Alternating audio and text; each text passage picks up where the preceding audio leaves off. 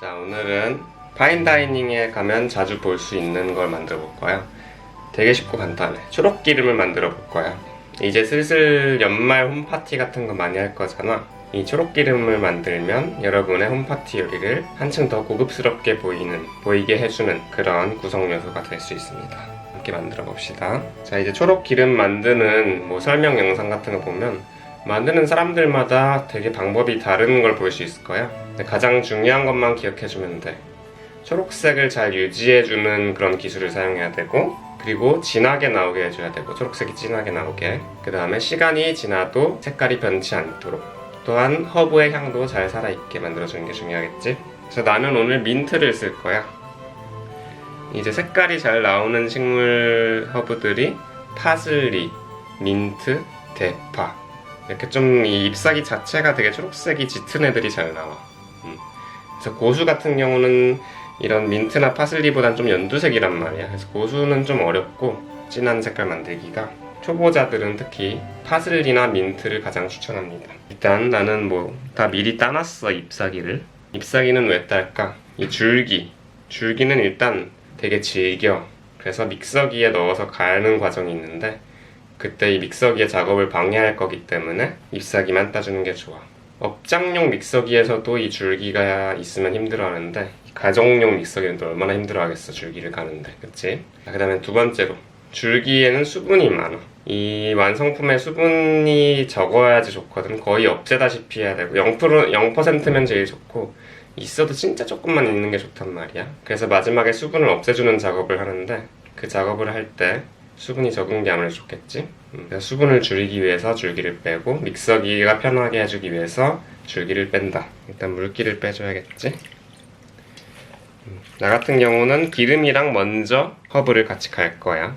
이거는 이제 요리사들이 일할 때 기본적인 상식인데, 이렇게 모래 같은 거를 떨어뜨리기 위해서 물에 씻는 경우에는 이 채에다가 그 씻은 채소나 허브 같은 걸 붓지 않고, 이렇게 위에서부터 손가락이나 썩은 채 같은 걸로 떠와야 돼.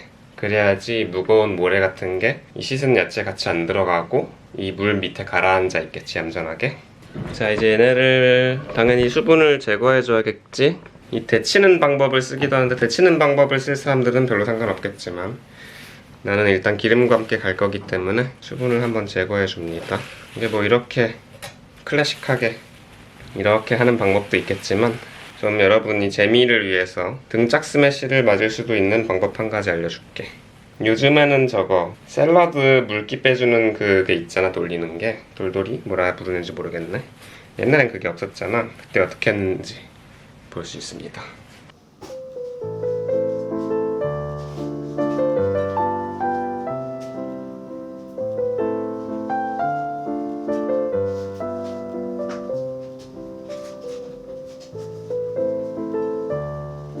자, 이렇게 전근대 시절 스타일로도 물기를 제거할 수가 있다.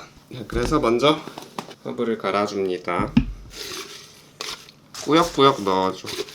왜냐면은 기름 양을 최소로 잡아야 되는데, 기름 양을 최소로 잡으려면 그냥 꽉꽉 눌려있는 게 좋아.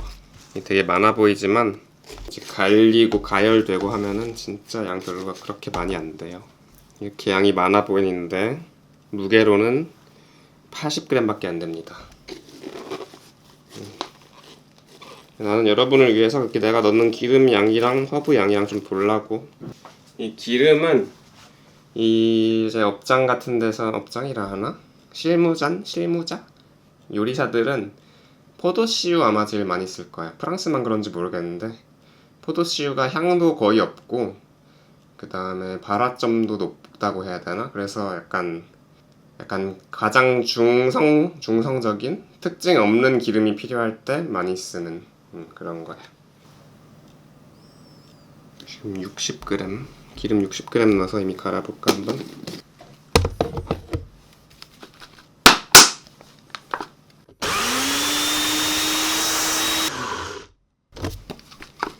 최대한 적은 기름으로 한번 해봐.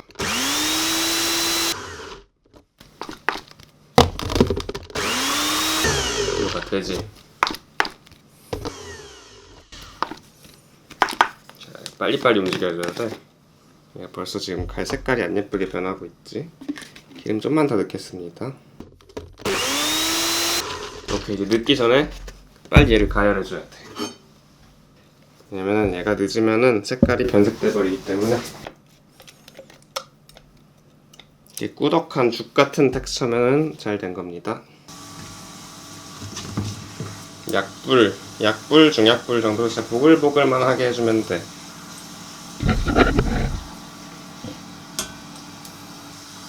우리 친구 집에서 요리하기 컨텐츠를 본 분들은 기억할지 모르겠는데, 이 잎사귀들이 파괴되면은 갈색으로 변하는 그런 보호 본능 같은 거래.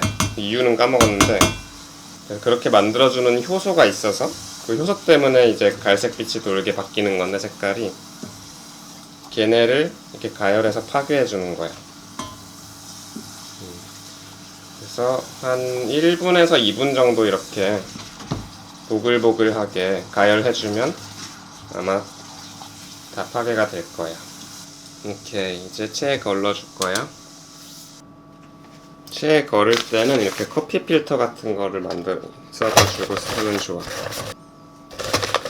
이제 생각보다 곱게 갈린 부분이 있어서 얘가 체를 통해서 가면은 곤란해지기 때문에 커피 필터나 뭐 키친타월 같은 거를 잘 써서 하기도 해.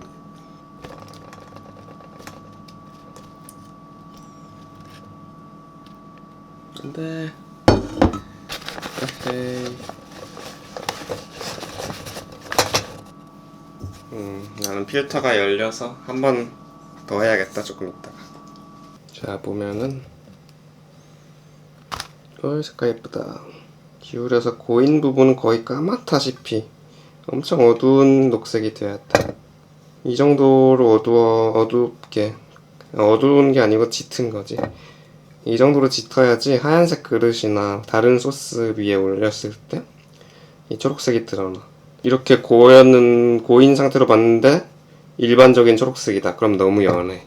엄청 예쁘게 나왔지? 민트랑 파슬리는 이렇게 거의 엘렉트릭하다고 해야 되나? 되게 슈렉이 아니지, 헐크 피 같은 느낌으로 초록색으로 나와. 근데 이제 민트 같은 경우는 가는 동시에 갈변이 시작되기 때문에 조금 공포감이 조성돼서 초보자들이 하기에는 약간 나 뭐 잘못했나 이러다가 망할 수도 있을 것 같고, 파슬리는 갈아도 그렇게 바로 갈변되진 않으니까 좀 더 마음 편하게 나 잘하고 있구나 이러면서 할 수 있을 것 같아.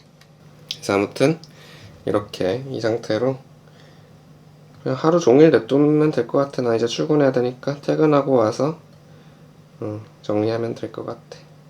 자, 이제 퇴근을 해가지고 밤 12시 반인데 거의 12시간 동안 기름을 떨궈 놓은 거지. 그래서 이제 더 이상 떨어질 게 없는 것 같아, 보면은. 예쁘다. 초록색. 이게 되게 예쁘게 잘 나온 것 같아.